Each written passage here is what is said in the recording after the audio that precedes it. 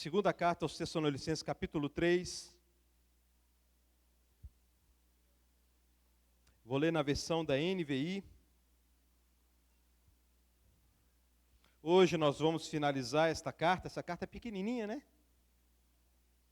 Meia hora você lê ela no máximo, né? Meia hora. Mas muito rica. É a palavra de Deus. Glória a Deus, igreja. A palavra de Deus é maravilhosa. Amém, povo de Deus. Finalmente, irmãos, orem por nós, para que a palavra do Senhor se propague rapidamente e receba a hora merecida, como aconteceu entre vocês. Orem também para que sejamos libertos dos homens perversos e maus, pois a fé não é de todos. Mas o Senhor é fiel, Ele os fortalecerá e os guardará do maligno. Confiamos no Senhor que vocês estão fazendo e continuarão a fazer as coisas que lhes ordenamos. O Senhor conduz os seus corações ao amor de Deus e à perseverança em Cristo. Irmãos, em nome do nosso Senhor Jesus Cristo, nós lhes ordenamos que se afaste de todo irmão que vive ociosamente não conforme a tradição que receberam de nós. Pois vocês mesmos sabem como devem seguir o nosso exemplo, porque não vivemos ociosamente quando estivemos entre vocês, nem comemos coisa alguma à custa de ninguém. Pelo contrário, trabalhamos arduamente com fadiga, dia e noite, para não sermos pesados a nenhum de vocês. Não porque não tivéssemos tal direito, mas para que nos tornássemos modelo para ser imitado por vocês. Quando ainda estávamos com vocês, nós lhes ordenamos isto: se alguém não quiser trabalhar, também não coma. Pois ouvimos que alguns de vocês estão ociosos, não trabalham, mas andam se intrometendo na vida alheia. A tais pessoas exortamos no Senhor Jesus Cristo, que trabalhem tranquilamente e comam o seu próprio pão. Quanto a vocês, irmãos, nunca se cansem de fazer o bem. Se alguém não obedecer a palavra por esta carta, marquem-no e não se associem com ele, para que se sinta envergonhado. Contudo, não o considere como inimigo, mas chame a atenção dele como irmão. O próprio Senhor de paz lhes dê a paz em todo o tempo e de todas as formas. O Senhor esteja com todos vocês. Eu, Paulo, escrevo esta saudação de próprio punho, a qual é um sinal em todas as minhas cartas. É dessa forma que escrevo. A graça de nosso Senhor Jesus Cristo esteja com todos vocês. Abaixe sua cabeça, vamos orar. Pai Santo, muito obrigado pela tua palavra. Pai Santo, a tua palavra que é maravilhosa, mesmo, meu Deus, quando é difícil, meu Deus, trata-se de um texto difícil, complicado, meu Deus, diante de um mundo caído, diante da vaidade, do nosso orgulho, Pai, é um texto que nos confronta e que nos chama, meu Deus, para uma realidade, Pai. Pai Santo, que o Senhor, meu Deus, me use como pregador e que o Senhor, meu Deus, esteja com os meus irmãos, Pai, como ouvintes, para que todos nós, Pai, sejamos praticantes da Tua palavra. Meu Deus, sem o Teu Santo Espírito, nada somos e nada podemos. Meu Deus, podemos estudar, podemos nos dedicar, Pai, mas somos totalmente dependentes do Teu Santo Espírito. No nome de Jesus, nós te pedimos e te agradecemos. Amém. Meus amados irmãos, como eu disse, né, esta carta, uma carta pequenininha,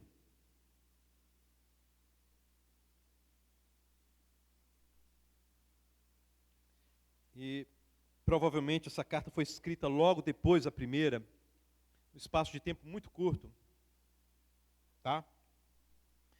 E Paulo trata de dois assuntos que estão na primeira carta, é sobre a volta de Cristo, né? E sobre o que acabamos de ler, a ociosidade entre os irmãos. O restante é louvor a Deus e conselhos gerais.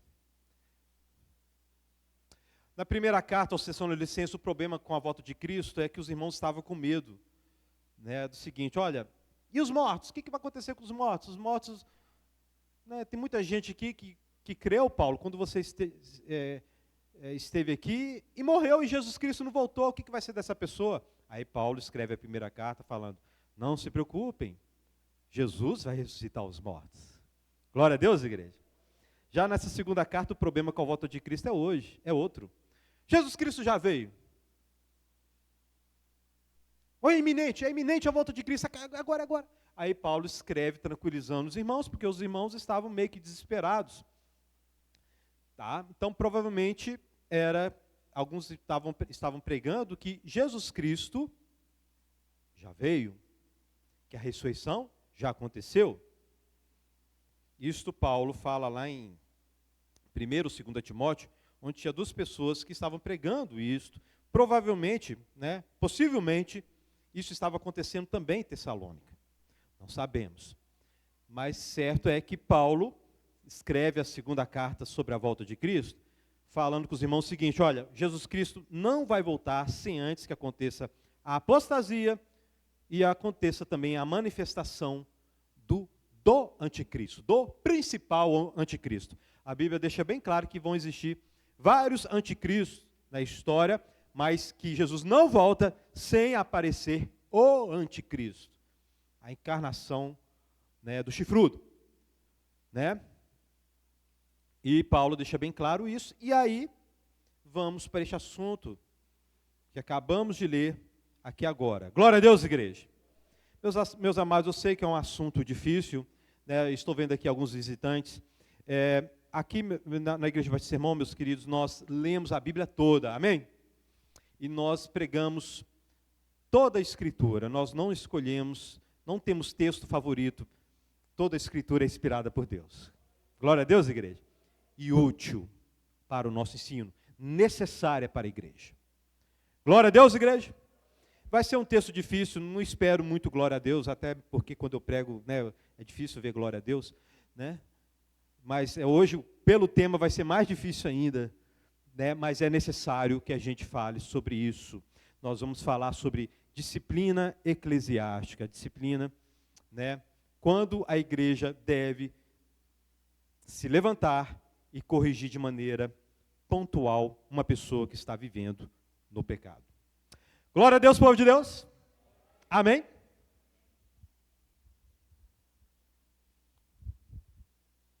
E aí Paulo tem este finalmente aí no primeiro versículo, ou seja, vamos finalizar. Finalmente, irmãos, orem por nós. Paulo pede oração, meu querido. E você, olha aí direitinho, Paulo pede oração para que ele possa cumprir a vontade de Deus. Paulo foi separado para pregar o Evangelho e foi ordenado por Cristo Jesus para pregar o Evangelho. E ele pede oração para que ele possa cumprir com o seu ministério. Ele pede oração por 2 motivos. 3 motivos aqui.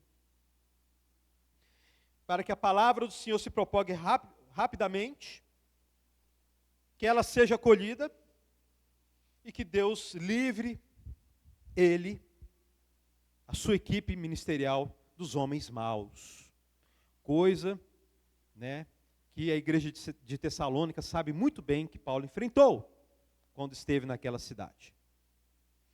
E aqui, meus amados, o que me chama a atenção é, até mesmo para obedecer a Deus, meu querido irmão, nós devemos orar. Amém, igreja? Para cumprir a vontade do Senhor, nós devemos orar. Porque ao mesmo tempo que o Senhor ordena que nós façamos algo, Ele fala o seguinte, sem mim o quê? Sem a presença de Cristo Jesus, sem a comunhão com Deus, sem, meu querido, o reconhecimento dessa dependência. E este reconhecimento dessa dependência acontece através da oração. Meu querido, se você fala, eu sou pequeno e eu dependo de Deus e não tenho uma vida de oração, na prática você está vivendo como se fosse uma pessoa independente que não precisasse de Deus. A oração, meu querido irmão, demonstra o que está no nosso coração. Se realmente acreditamos que somos dependentes de Deus, nós vamos orar. Glória a Deus, igreja. Nós vamos colocar diante do Senhor todas as nossas necessidades, e as nossas obrigações e a nossa missão. E também vamos chamar outros para orar conosco. Aqui, meu querido, se trata do apóstolo Paulo, homem que viu Jesus várias vezes, que teve experiências maravilhosas, e Deus, sempre usava com poder miraculoso, pedindo oração para a igreja.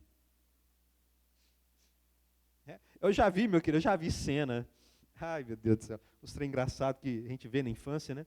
E acompanha a gente a vida toda. Eu já vi pastor não aceitando oração de membro da igreja, porque, aquela coisa, eu sou crente há tantos anos, por que esse irmão vai orar por mim? E nessa mentalidade. Alguém já viu algo parecido? Eu já vi as coisas doidas, meu querido. No meio cristão, meu querido. Ih, meu querido, na década de 80, na década de 90, tinha muita coisa boa, mas tinha uns trem estranhos também, Às vezes existe até hoje, Eu estou aqui na realidade do irmão, às vezes não estou vendo o que está acontecendo por aí afora. Meu querido irmão, não existe crente mais poderoso que o outro. Existe o nome que está acima de todo nome, pelo qual nós entramos diante do trono da graça. O nome poderoso do nosso Senhor Jesus. Glória a Deus, igreja. E Paulo sabe disso, sendo apóstolo. E aí ele pede oração, igreja, orem por mim, para que Deus me livre de homens maus e que a minha pregação frutifique, como aconteceu no meio de vocês. Para que a palavra do Senhor se espalhe rapidamente.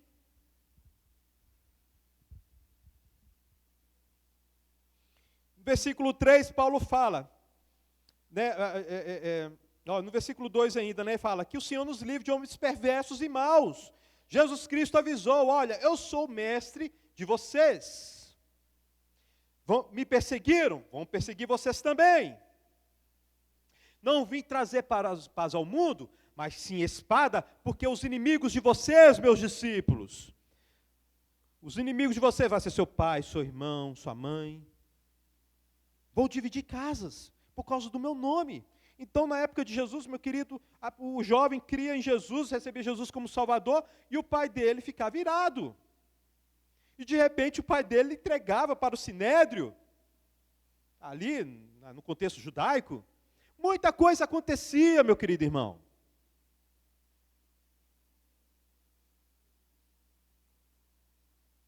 E Paulo pede oração para que Deus livre destes homens.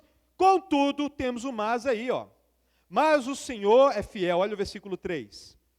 Ele os fortalecerá e guardará do maligno. O que Paulo está querendo dizer aqui, meu querido? Que mesmo diante, meu querido, diante de um quadro de perseguição ou até morte, a igreja vai resistir. Glória a Deus, igreja.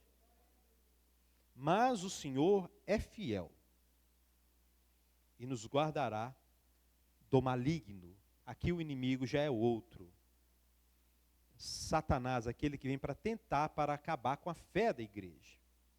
Acabar com o avanço da igreja. Jesus Cristo deixou bem claro o seguinte: as portas do inferno o quê? E aí a gente acha que é o seguinte, olha, os demônios não vão resistir à igreja. As portas do inferno, pode ter um outro significado, meu querido. Pode significar o seguinte, olha, se a igreja estiver diante da morte, para passar pela morte, para entrar na morte, a igreja não vai ser vencida pela morte. Glória a Deus, igreja. Nem a ameaça de morte, nem a execução, meu querido, segura a igreja, porque nos segurou. Estamos aqui, meu querido irmão.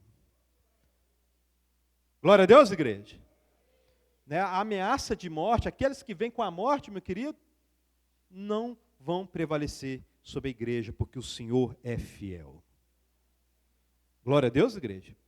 Como oramos pelos nossos irmãos perseguidos, nós oramos, Deus livra eles. Mas pode ter certeza, se Deus não livrar, meu querido, pode ter certeza, o Espírito Santo vai encher eles, eles vão resistir até a morte. E o Evangelho vai avançar. A palavra vai adiante, meu querido. E Paulo está dizendo isso, olha, mas Jesus é fiel, Ele vai nos dar a vitória. A palavra vai avançar. E aí ele fala, persevere em Cristo, igreja. Ou seja, está aí no versículo 4. Confiamos no Senhor que vocês estão fazendo, continuarão a fazer as coisas que lhes ordenamos. Ou seja, perseverem mesmo diante da perseguição. É isso que Paulo orientou na primeira carta, orientou a igreja quando estava presente, pessoalmente naquela igreja, e orientou nessa segunda carta também. Versículo 5. O Senhor conduz os seus corações ao amor de Deus e à perseverança em Cristo. Ou seja, perseverem. Permaneçam firmes em qualquer situação, mesmo diante do maligno, mesmo diante da morte. Glória a Deus, igreja. Amém. E aí ele vai começar um outro assunto agora. Versículo 6. Irmãos, em nome do nosso Senhor... Isso aqui, meu querido, quando você lê Paulo falando isso, né? Quando você, lá no seu devocional, você está lendo lá as cartas paulinas, de repente você lê lá e Paulo escreveu, olha, em nome de Jesus. Meu querido, é um momento profundo, é um momento muito importante. Vai vir, meu querido, vai vir algo, né, da autoridade apostólica e algo, né, pontual. Tudo é palavra de Deus aqui na carta. Mas aqui é algo que, quando ele fala assim, em nome do Senhor Jesus, meu querido, ele está chamando a atenção aqui para o momento aqui, para o que ele vai falar, para o que ele vai ensinar, para o que ele vai ordenar. Porque é necessário, ele viu que é necessário invocar o nome de Jesus Cristo para o que ele vai falar. Então ele fala, em nome do nosso Senhor Jesus Cristo, o quê? Nós ordenamos. Ou seja, olha, igreja, como enviados de Cristo, como representantes de Cristo, como alguém que tem autoridade em Cristo, que tem uma procuração de Cristo, um representante, e agindo no nome dele, nos limites que ele colocou, e nas coisas que ele ordenou, né? Falar, né, quando a gente diz, né, em nome de Jesus, meu querido, tem uma profundidade muito, muito grande. Tá? Não fale o nome de Jesus à toa. Glória a Deus, igreja. Quando você fala em nome de Jesus, você está falando o seguinte, olha, estou aqui representando Cristo. Estou aqui representando Cristo e no poder de Cristo. Glória a Deus, igreja. Né, o nome de Jesus pode ser usado à toa, não, meu querido. Né, eu já vi gente vendo barato. Sangue de Jesus tem poder. Misericórdia, irmão. Né, falar de sangue de Jesus tem poder por causa de barata? Quem já viu isso? A gente já faz isso, né? A gente faz isso. Não pode não, meu querido. A gente não pode banalizar essas coisas, não. Amém, igreja? O sangue de Jesus é precioso. Amém? Para coisa importante, coisa a ver com o reino de Deus. Barato você pisa. Amém? Ou pede o marido para pisar. Né?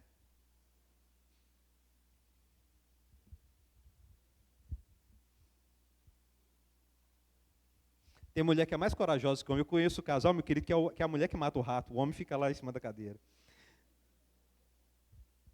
É complicado isso aí, né?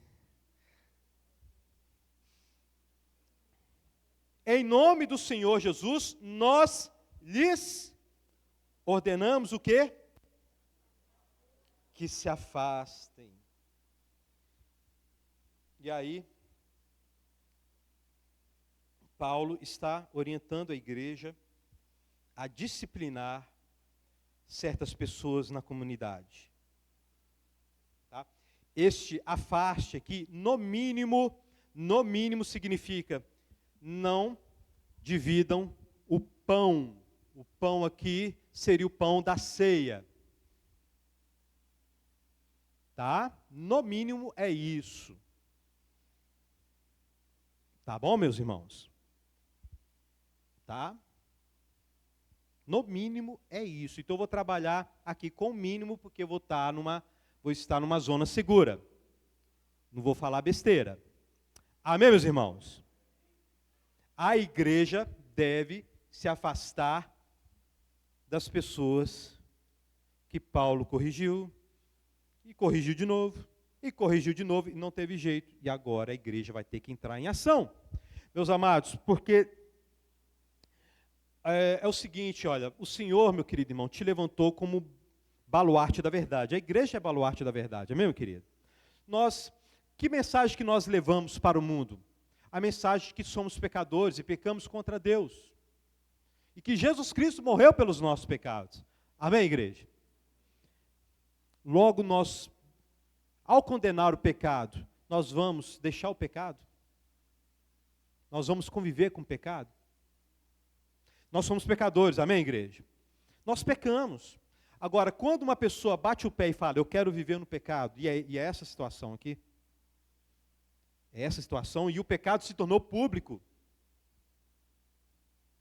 aí a igreja tem que agir, e por isso que Paulo invoca o nome de Jesus. É um momento sério, é um momento que a igreja não pode deixar passar.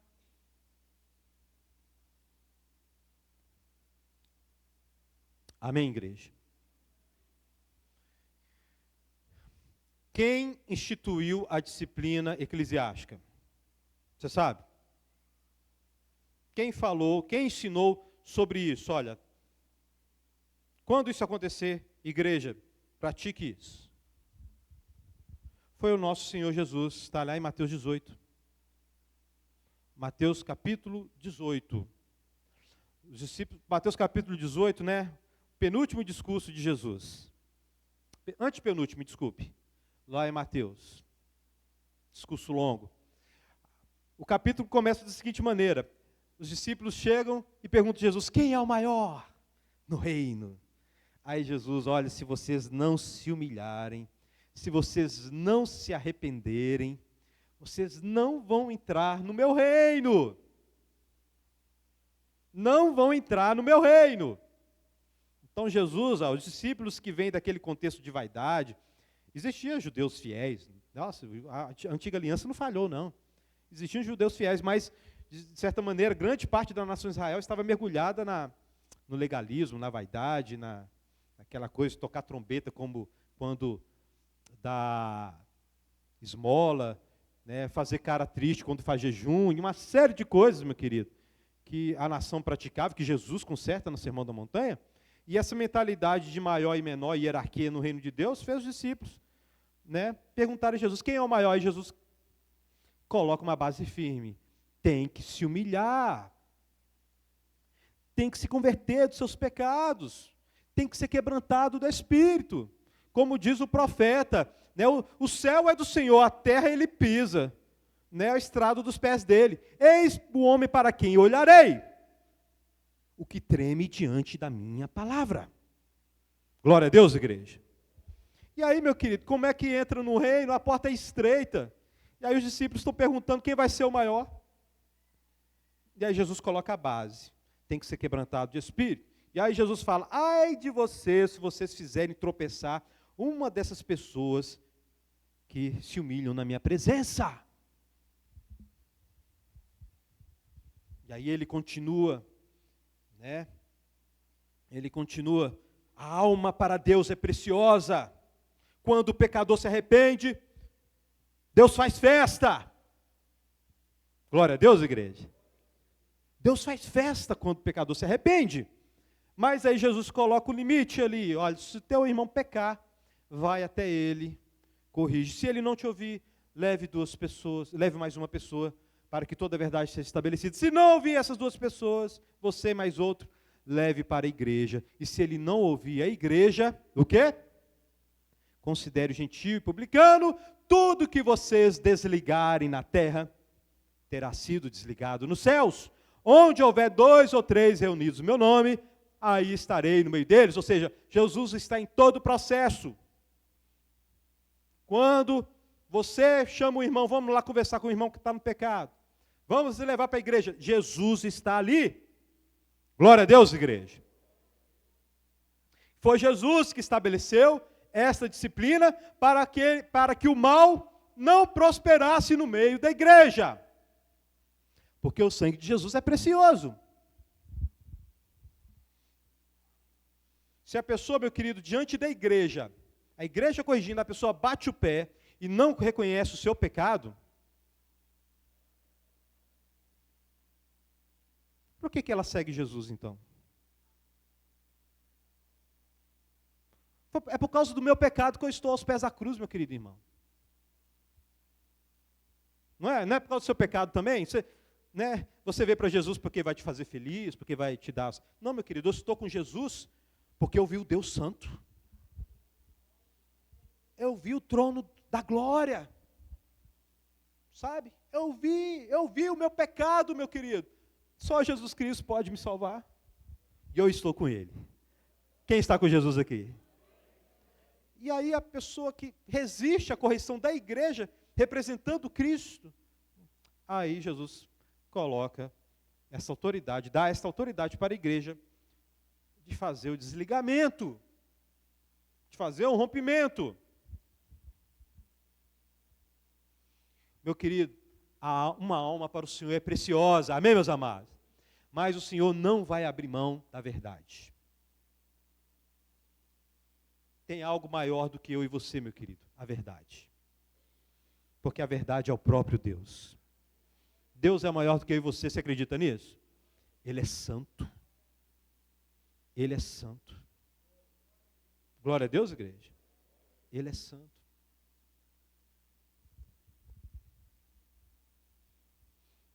E aí Paulo fala, olha, disciplina, no nome do Senhor Jesus Cristo. Eu ordeno vocês isso. O que acontece, meu querido? No restante aqui, até o versículo 10, Paulo vai colocar o seguinte quadro. Olha, quando eu estive no meio de vocês, eu tratei deste assunto. Então, meu querido, o que aconteceu? Paulo chegou em Tessalônica e viu pessoas assim. E aí ele fala que por causa disso, para dar exemplo, ele abriu mão dos seus próprios direitos. E aí ele fala que com fadiga, muito labor. Ou seja, Paulo fala que ele foi à exaustão para dar exemplo. E aí ele fala, olha, e eu ensinei para vocês, eu dei exemplo e ensinei.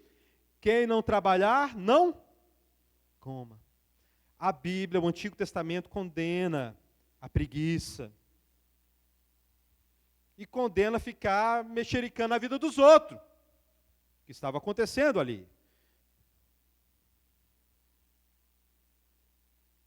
Isso é pecado. Amém, igreja? Ah, pastor, eu estou encostado aqui na ajuda do governo. É pecado. Tá? A vontade do Senhor, Paulo ordena, trabalhe para que você tenha com o que ajudar o necessitado. Está lá em Efésios. Amém, igreja? É lógico que existem os momentos de emergência, né, meu irmão? Existe, eu sei disso, né? É lógico, existem os momentos ali, você tem que ficar no seguro-desemprego, né? Aí aconteceu a pandemia, aquele trem todo, né? Mas a pessoa fica lá encostada. Não, meu querido, não. É pecado. Amém, igreja? E Paulo diz na sua primeira carta, no capítulo 4, na primeira carta aos Tessalonicenses, capítulo 4, que era um pecado tal, né, que poderia complicar a igreja diante da sociedade. Então existiam muitos ali em Tessalônica que valorizavam o trabalho, como a Bíblia valoriza. Paulo ordena lá na primeira carta, capítulo 4, ande de maneira decente, trabalhe para que você ande de maneira decente aos olhos dos que estão de fora. Glória a Deus, igreja. Paulo não conseguiu resolver esse problema, nem com o exemplo dele, nem com a primeira carta.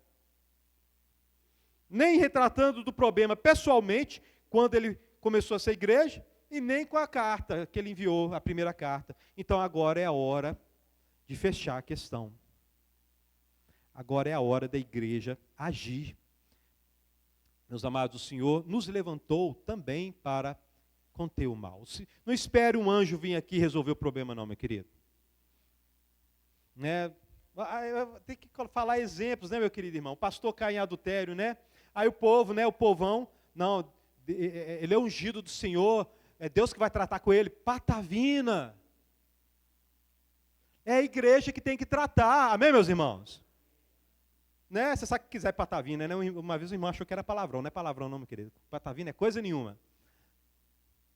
Não, meu querido irmão. Aí fica aquela coisa, né? Mistura teologia com teologia do Antigo Testamento, confunde a unção do rei sobre a unção do pastor. Meu querido irmão, é a igreja que trata desses assuntos. E a igreja tem que tratar. Glória a Deus, igreja. Né? E se a pessoa pisar o pé, não quer saber não, vou abandonar minha esposa e eu vou ficar com essa aqui mesmo, estou em adultério mesmo, então a igreja, ó, cortamos a comunhão então. Vamos te tratar bem, vamos te abraçar, mas você não vai tomar ceia com a gente. Você se tocava no louvor não vai tocar mais, se pregava não vai pregar mais, porque você não quer ser curado. Não é assim, meus amados? É a maneira bíblica de agir? Glória a Deus, igreja. Ou o sangue de Jesus foi tão barato assim? Sede santos porque eu... Glória a Deus, igreja.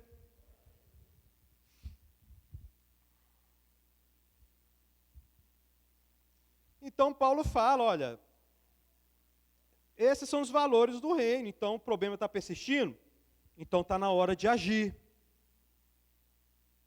E aí no versículo 12, ele se vira para tais pessoas, porque essa carta seria lida na presença de todos. Né? Era um pecado público, tá, meu irmão? A Bíblia orienta a gente, meu querido, se a coisa aconteceu ali, né? A gente só vai nas partes envolvidas e tenta tratar do assunto, amém, meus amados? Agora, quando o pecado é público, aí você vai ter que tratar publicamente. Daí, essa carta seria lida no culto de domingo. E aí Paulo se vira para essas pessoas agora no versículo 12. A tais pessoas, nós o quê? E exortamos no... Ou seja, olha, no Senhor Jesus, olha só, preste atenção, você que está aí na ociosidade, né, da igreja de Tessalônica, é no Senhor Jesus Cristo, é na autoridade dEle, é no poder dEle. Trabalhe tranquilamente e coma o seu próprio pão. Glória a Deus, igreja. O amor dá trabalho, meu querido. Isso tudo é amor, viu, meu querido irmão? Isso tudo é amor, isso aqui é um trabalho de um pai. O pai ensina, dá exemplo e corrige quando necessário. Dá castigo.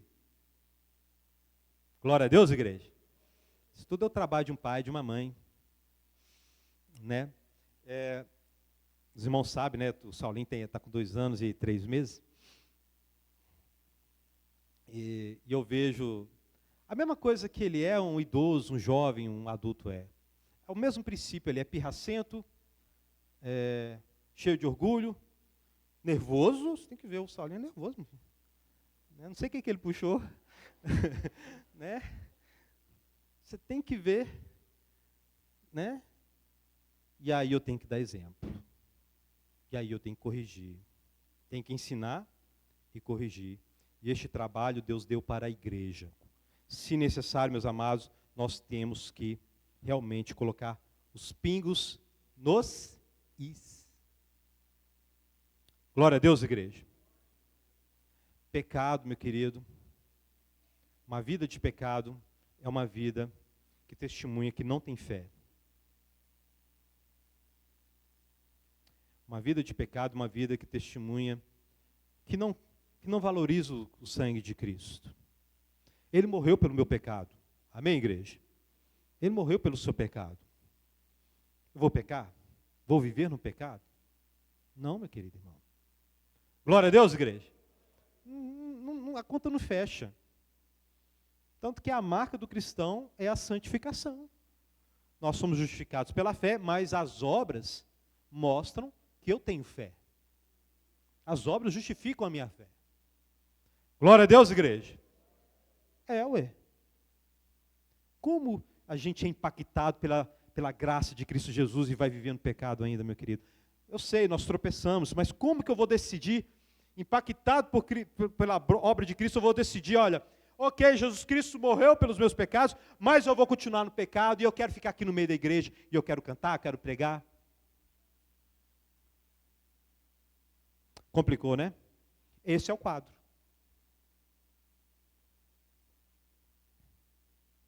Esse é o quadro que está aqui, né? Paulo pintou para nós da realidade da igreja de Tessalônica. O amor dá trabalho. Fala assim com o seu irmão, meu irmão, o amor dá trabalho. Tá? O amor é doloroso. O amor é doloroso, meu querido irmão. Eu não gosto de dar nenhuma chinelada no Saulinho. Né? Eu dou em cima da fralda, né? Eu fico lembrando, meu pai tinha 3 varas. A pior era aquela que é material que o pessoal usa para amarrar bambu. Meu pai me amava. Meu pai me corrigia. Sabe? Me corrigia. Doía, entendeu? Mas logo depois eu abraçava ele. Hã? Eu lembro uma vez, meu querido, eu pulava de laje. Eu gostava de pular de laje em cima de areia. Meus 12 anos eu pulava de laje. Nossa, eu pulava assim. Vi uma laje, uma areia, vou subir e vou pular. E sempre ensinado, não pula não, Gleico, não pula não, não pula não, não pula. E aí um dia eu pulei, meu querido, eu bati o calcanhar no fim da suã e a boca no joelho. Você já bateu o calcanhar no fim da suã? Você sabe do que eu estou falando? Aquele ossinho que tem lá no fim da coluna. Meu pai chamava de fim da suã. Tá? E a boca no joelho, minha boca vermelhou na época, na hora. Aí meu pai viu aquilo, pegou uma correia e me deu uma coça. Nunca mais eu pulei da laje. Tá? E meu pai me amava. Não vem falar que o pastor Almir era bravo, não, meu pai me amava.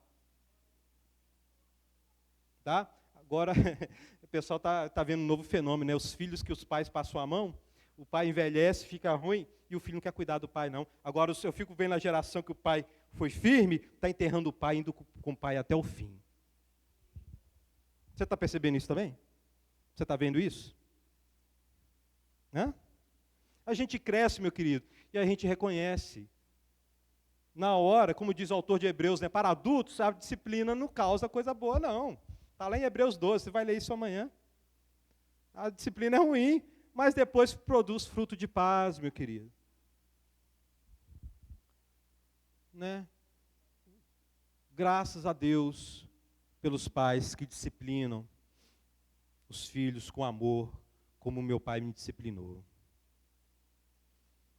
E uma igreja que ama de verdade, chama o pecador e fala, meu querido, não continue nesse caminho. Glória a Deus, igreja. Chama o pecador. E se for preciso, vai até as últimas consequências, a ponto de colocar limites claros na comunhão, com propósito, não de se engrandecer ou de, tipo assim, né, falar, ó, eu sou maior que você, não. Com o propósito de salvar a pessoa do fogo. Amém, povo de Deus? Quem já leu a carta de Judas? A carta de Judas, Judas, irmão de Jesus. Está antes de Apocalipse, não é isso? Qual que é o contexto ali? Os falsos mestres estavam misturando a graça de Deus com libertinagem. Ou seja, olha, podemos ter relações sexuais ilícitas, podemos continuar no pecado, podemos fazer tudo porque somos salvos pela graça. Aí Judas fala com a igreja, irmãos, vamos lutar pela fé evangélica. Vamos lutar. E lá, está lá no fim da carta lá, acho que no versículo 20, não sei, está lá no final. Ele fala o seguinte, olha, os que têm dúvida, vamos trabalhar a fim de tirá-los do fogo.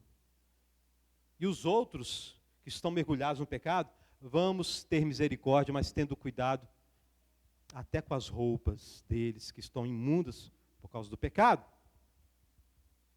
Ou seja, a postura do cristão é sempre uma postura de misericórdia e de conserto diante do pecador.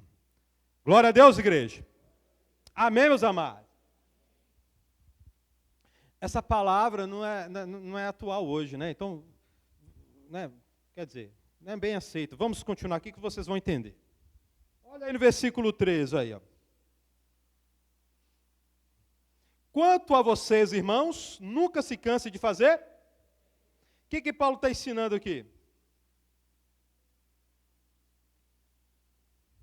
Olha, mesmo que haja essas pessoas aproveitadoras no meio de vocês, não fechem os seus corações para aqueles que realmente necessitam. É isso que está querendo dizer. Porque está dentro do contexto ali, ó. Você tem que entender o contexto. Tanto da primeira quanto da segunda carta. A igreja estava muito assim, mão aberta e realmente sustentando vagabundo. Mas aí Paulo coloca limite, olha, disciplina os ociosos, mas nunca se cansem de fazer o bem. Não deixem de ajudar aquele que realmente necessita. Glória a Deus, igreja. Porque o coração da gente vai ficando amargurado, meu querido. Meu coração está ficando amargurado. Eu estou fazendo... eu não estou vendo nem noticiário mais, porque eu fico vendo política, esses trem todo. Meu coração ficando amargurado diante do Brasil, esse assistencialismo todo aí, né? Realmente, muitas pessoas estão encostadas à custa do governo, meu querido. E a gente fica pensando, né? Igual, por exemplo, aqui, né? Eu sei, a gente ajudava um montão de gente aqui, passava aqui na rua, chamava, ô pastor, aí a gente ia lá, ajudava, aí depois a gente fica sabendo que o cara vendia o trem para comprar droga.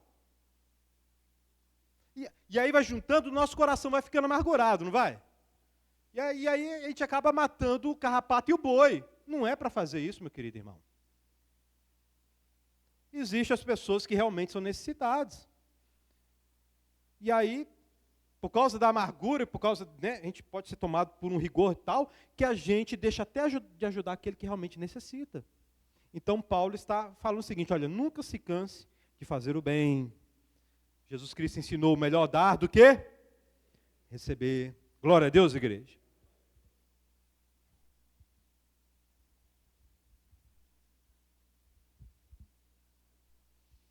E aí no versículo 14, a coisa volta a engrossar. Paulo volta no assunto, olha.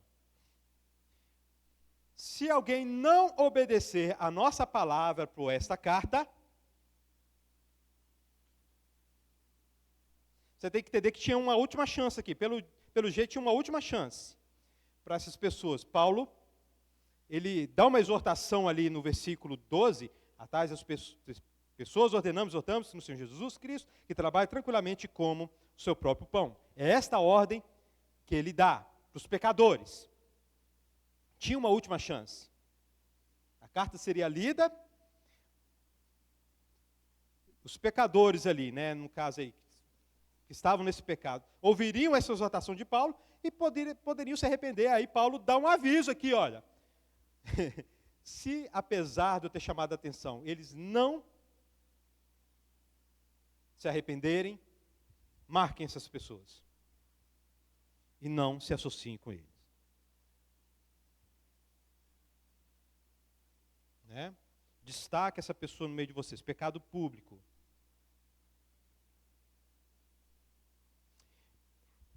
Para que se sinta o quê? Aí eu fico pensando, né? Em qual século a gente está?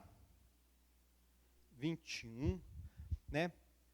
Qual foi a última vez que você ouviu um pai corrigir o filho, ou um avô corrigir um filho, falando o seguinte, você não tem vergonha não, menino? Hoje, se você falar um trem desse, meu querido, se você falar isso num shopping, no meio de outras pessoas que não têm os nossos valores, você está traumatizando seu filho. É ou não é? Estou exagerando? Estou exagerando? Não, meu querido.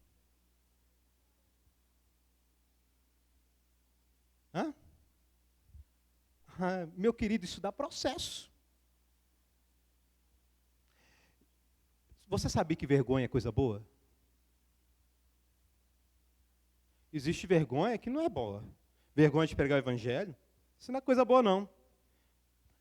Mas vergonha dos pecados que nós cometemos, Paulo escreve para uma igreja e fala, olha, vocês praticaram essas coisas das quais agora vocês se envergonham. Ótimo. O pecado é para se envergonhar mesmo, meu querido. Eu me envergonho do meu passado. Eu não fico contando vantagem. Às vezes a gente se pega contando vantagem do passado, não, quando era novo, aprontava. Nossa, eu era conquistador. Isso é pecado, meu irmão. Você tem que sentir vergonha dessas coisas. No passado eu fiz isso e isso. Não, meu querido, testemunho é perigoso. A pessoa vai contando a desgraça. Às vezes a boca até saliva de tanta coisa ruim. E aí você para e pensa, espera aí, parece que está se orgulhando daquilo que fez. Meu querido, o pecado, seja no passado, seja atual, tem que gerar vergonha. Glória a Deus, igreja. Vergonha é coisa boa. Fala para o seu irmão, meu irmão, vergonha é coisa boa. Ué. No contexto certo, a vergonha é uma ótima coisa, é um ótimo freio moral. Meu querido, se nós não tivermos vergonha, meu querido, das nossas atitudes, o que é que vai nos segurar?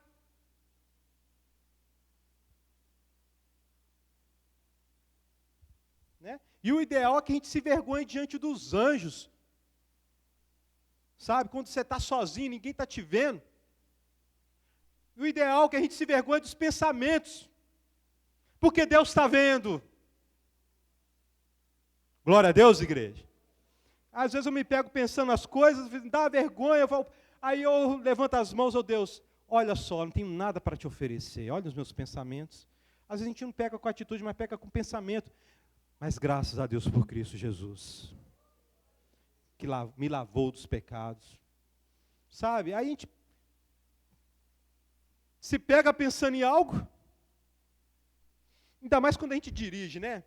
Quando a gente dirige, aí a gente se pega, não, vou endurecer a direção, que se bater em mim, que se esborrache para lá. Aí depois, um segundo depois, o Espírito vem, peraí, você não é crente não?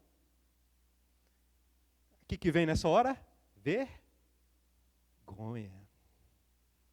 Que bom. Né? Porque o psicopata não tem vergonha, não. O sociopata não tem vergonha de nada, não. O insensível, meu querido, o insensível não sente nada. Agora, se você tem os valores morais do reino, os valores morais de Cristo Jesus, quando você se pegar, você perceber a sua desobediência, você, nossa. Então, Deus quer, meus amados irmãos, que a gente realmente se aprofunde nessas coisas e cultive essas coisas, porque são coisas boas. Amém, meus amados? Né? Já imaginou? Você se pega no pensamento errado, você não sentir vergonha mais, você fica insensível. Tem gente que vai para a negação. Não, eu não fiz isso. Acabou de fazer, acabou de pensar e fala, eu não fiz isso. Meu querido, não coloque o seu bem-estar na negação, não. Coloque o seu bem-estar. Deus quer te dar saúde emocional, amém, meu querido? Mas o seu bem-estar emocional está baseado na cruz. Sabe, você olha para si mesmo e fala, se tu olhares, Senhor, para dentro de mim. O quê? Vai encontrar alguma coisa? Não, meu querido. Não vai encontrar nada. Graças a Deus por Cristo Jesus. Porque a justiça dele agora é minha. Sou justificado pela graça. Glória a Deus, igreja. Então, apesar dessas coisas todas, Deus me ama e eu sou salvo, vou morar no céu. Mas isso não significa que eu vou viver em negação. Então, meu querido irmão, vergonha é algo bom, deixa aí fora. Né? O mundo aí fora, meu querido, quer acabar com a culpa, quer acabar com a vergonha. A vergonha pelas coisas corretas. Né? A vergonha de ter cometido uma falha. Não deixe o mundo acabar com isso dentro de você, não, amém, meu irmão? Eu fui para Cristo Jesus porque eu sou culpado. O mundo quer acabar com a minha culpa, o mundo quer falar, claro que você fez isso porque a sua infância foi isso, assim, assado. Nossa, tadinho de você. Para que cruz então? Para que ele morreu no meu lugar? Eu sou uma vítima. Não, meu querido, eu não sou vítima não, eu sou criminoso. Graças a Deus por Cristo Jesus. Glória a Deus, igreja. Graças a Deus por Cristo Jesus. Onde abundou o pecado, superabundou a graça. Aplauda o Senhor Jesus, amém?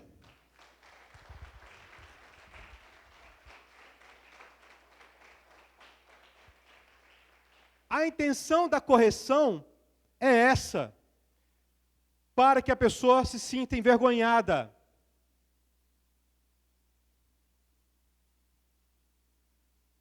Para que a pessoa se sinta envergonhada, porque através disso, se ela se sentir envergonhada, ela não é sociopata, ela não é psicopata, não tem o coração endurecido, não. Se ela se sentir envergonhada, significa que ela é de Deus. Errei.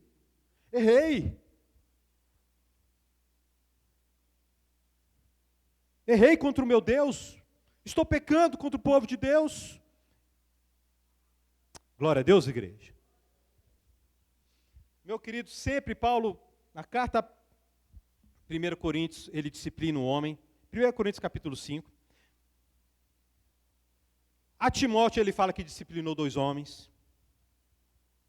E sempre quando Paulo disciplina alguém, ele fala o seguinte: o propósito é a salvação. O propósito é a restauração. Ele fala o seguinte: eu entreguei Alexandre e Fileto, ou Himeneu, não sei, esqueci lá. Está lá em 1 Timóteo capítulo 1.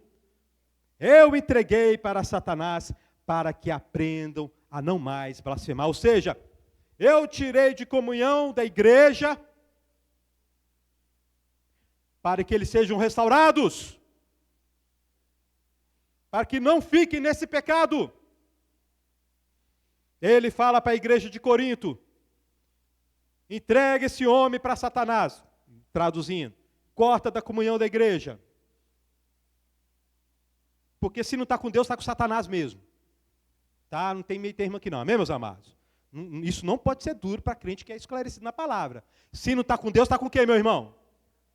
Então a igreja está deixando claro, olha, está colocando os pingos nos is. Para que o espírito seja salvo. E aí, né, alguns falam que é isso, que é aquilo, mas a finalidade é a correção e a salvação. Glória a Deus, igreja. Sempre é assim. Esta é a finalidade. Eu li uma frase interessante que é a seguinte: olha, se você é muito ávido para corrigir alguém, você não é uma pessoa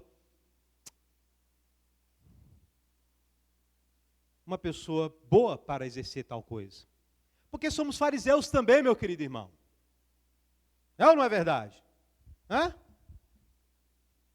Nós somos fariseus, né? Aquela coisa, a hipocrisia, aquela coisa de ver a trave no olho o cisco no olho do irmão e não reparar a trave. É isso que nós somos, por natureza é isso. Quem concorda comigo? Hã? Eu estou convencido que eu sou assim, meu querido irmão. Hã?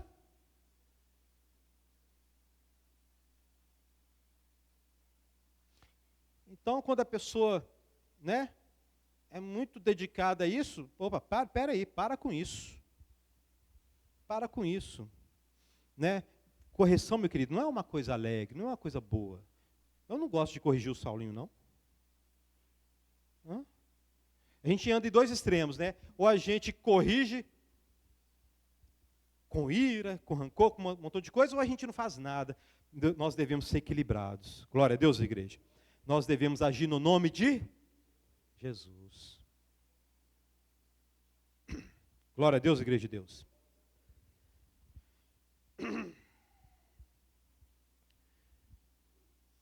Então, isso é muito importante.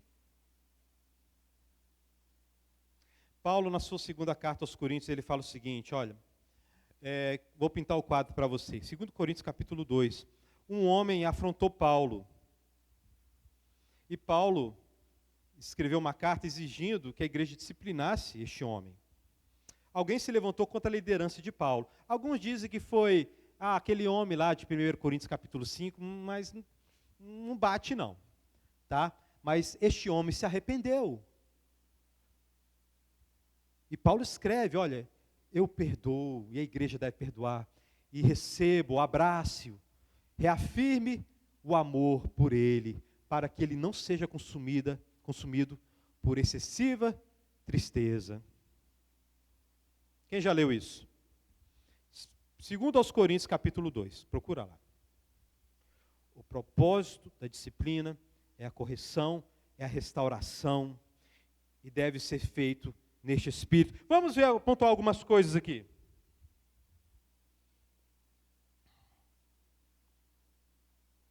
Olha só o que Paulo diz aqui. Para que sinta envergonhado, não considere como, versículo 14 aí, não, 15, não considere como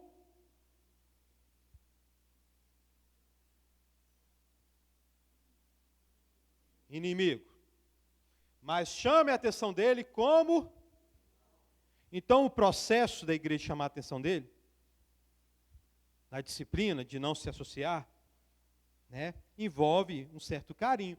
A gente, vamos ser pontuais,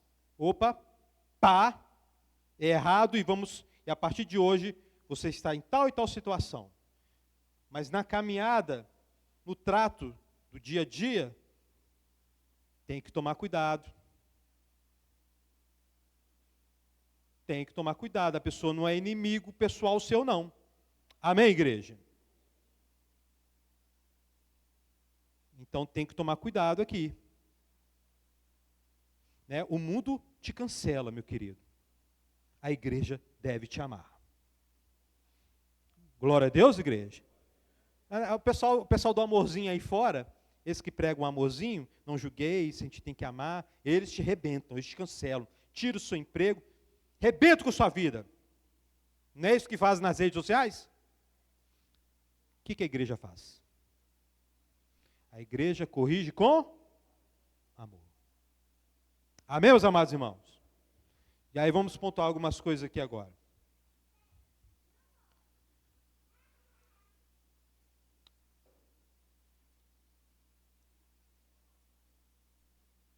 Quem estabeleceu a disciplina eclesiástica?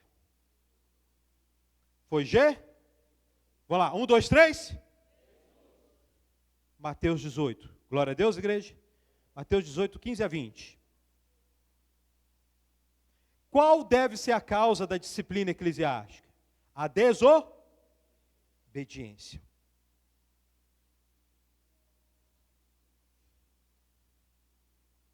Como deve ser feita a disciplina eclesiástica? O irmão pecou, só você e ele. Só você, está lá em Mateus 18. Só você e ele. Mas o pessoal faz o contrário, o pessoal espalha primeiro para depois falar para o pastor e fala assim com o pastor: pastor, não fale o que eu te disse. Amarra a mão da gente. Né? Então não posso agir não, eu vou ter que ir lá e falar: irmãos, estão dizendo, e se a gente falar com a pessoa, estão dizendo, meu querido, começa a especulação e a pessoa, né? A coisa complica. Viu a pessoa errar, meu querido? Vai lá, conversa, fala: ô meu irmão, sou pecador também, né? Jesus morreu por nós, né, meu irmão? Nós somos salvos pela graça, né? O sangue precioso de Jesus Cristo. Meu irmão, não faz isso mais não. Né? Vamos seguir juntos, obedecendo Jesus Cristo. Glória a Deus, igreja. Amém, igreja. Isso é difícil, mas tem que ser feito. Amém, meus amados? Não te ouviu? Continuou no pecado? Aí você leva outro irmão. Né? Porque agora Jesus vai estar no meio desse trem. Onde houver 2 ou mais, né? Aí você leva outro irmão para que toda a verdade, o quê? Seja estabelecida. Está lá em Mateus 18, procura lá. Entre o versículo 15 e 20. Toda a verdade vai ser estabelecida pela boca de 2 testemunhas agora. Dois irmãos estão confrontando o pecador. Jesus Cristo já está nesse processo aí. Né? Não escutou? Aí sim, leva para a igreja. E aí vamos, agora a igreja vai tratar da questão. não escutou a igreja está reunida no nome de Cristo, né? Invocando a presença do Espírito Santo, não ouviu a igreja, o que tem que fazer? Peraí, parece que o irmão não é convertido não, hein? Parece que ele não entendeu que Jesus Cristo morreu pelos nossos pecados. E aí se faz a separação. Isso que Paulo está falando, ensinando aqui. Glória a Deus, igreja. Amém, meus amados. E aí Paulo, Gálatas capítulo 6, ele fala, se alguém for surpreendido no pecado, vá com o espírito de mansidão, guarde para que não seja tentado. Tome certos cuidados. Tem muitas orientações. Amanhã no PG, na segunda, nos PGs durante a semana, nós vamos conversar sobre tudo isso. Tem muito texto para a gente ler sobre disciplina eclesiástica. Não é um assunto, meu querido, bonito de falar, mas nós somos uma igreja bíblica. Amém, meus queridos? E vamos escolher parte da Bíblia para pregar? Não. Vamos pregar a Bíblia toda. Dou o que doer. Glória a Deus, igreja.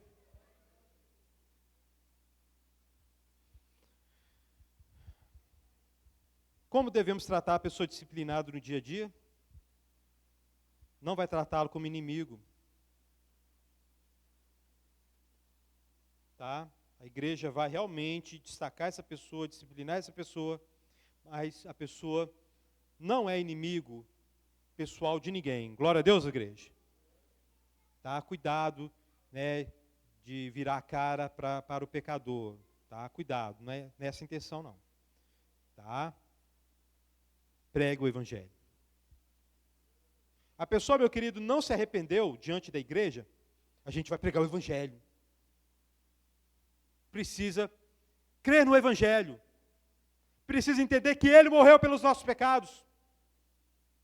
Glória a Deus, igreja. E qual que é o propósito dessa disciplina?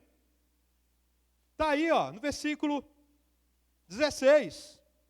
O próprio Senhor da paz lhes deu o quê? A paz, o propósito é a paz, meu querido. Que o Senhor da paz lhes dê a paz. O propósito com a pessoa disciplinada é que ela alcance o arrependimento e que a gente possa realmente, né, dar a paz do Senhor para ela. Andar em paz com ela. Né? Se eu der a paz do Senhor para o Daniel, eu já expliquei isso para a igreja. O que significa quando eu dou a paz do Senhor para o Daniel? A paz do Senhor, Daniel. Respondi, Daniel. Amém, amém. O que significa isso? Significa que nós temos a mesma fé. Não é isso? Significa que ele viu os pecados dele e eu também vi os meus pecados e corremos para a cruz de Cristo. E nós somos irmãos. Andamos numa paz vertical e numa paz horizontal. A paz do Senhor Jesus. Glória a Deus, igreja. Alguns falam, né? A graça e a paz. A paz veio da graça de Deus. E o propósito da disciplina é restaurar essa comunhão. E aí Paulo faz essa pequena oração aqui, que o Deus de paz estabeleça a paz no meio de vocês. Glória a Deus, igreja. Que o Deus de paz estabeleça a paz. Não é uma saudação final não, meu querido. É uma resolução. Está fechando o assunto aqui. Que a paz de Deus esteja no meio desta igreja. Que a disciplina alcance o objetivo dela. Nos PGs vocês vão ver outros textos que mostram isso.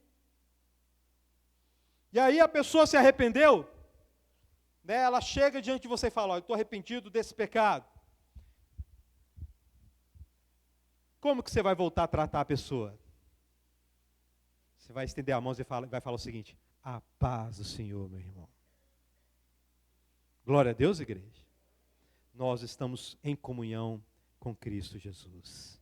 Nós estamos no mesmo caminho. Nós temos a mesma fé. Nós temos o mesmo Deus.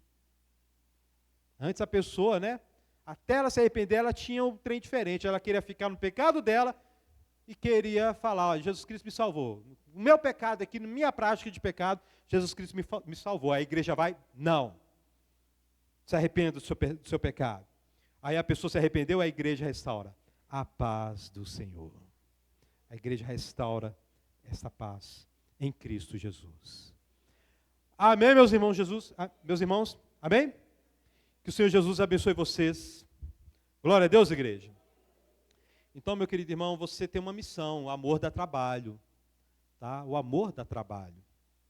O verdadeiro amor dá trabalho. O amor aí fora, meu querido, é o amor que quer tirar a culpa, a vergonha pelas coisas que a gente tem que sentir vergonha. E é o amor que quer aceitar tudo. Não é isso? É o amorzinho, Eu estou ouvindo os pregadores falar aí, olha, Jesus Cristo vai salvar todo mundo. Não precisa se arrepender dos pecados, não. Não é negócio de arrepender dos pecados? Precisa disso não, senhor. Deus é um Deus de amor, Ele ama todos, Ele vai salvar todo mundo. Nós não aceitamos essa palavra. Não vem de Cristo. Nós pregamos sobre arrependimento e a salvação em Cristo Jesus. E nós andamos coerentes com a nossa mensagem, no nome de Jesus. Glória a Deus, igreja. Amém. Fique de pé.